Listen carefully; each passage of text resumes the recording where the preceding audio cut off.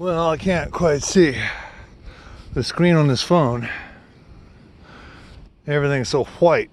There's no contrast, but I think that's the vent for the furnace, which isn't clogged, but the airflow is obstructed enough that the furnace shut off in the middle of the night. It wouldn't light back up until I get it shoveled off.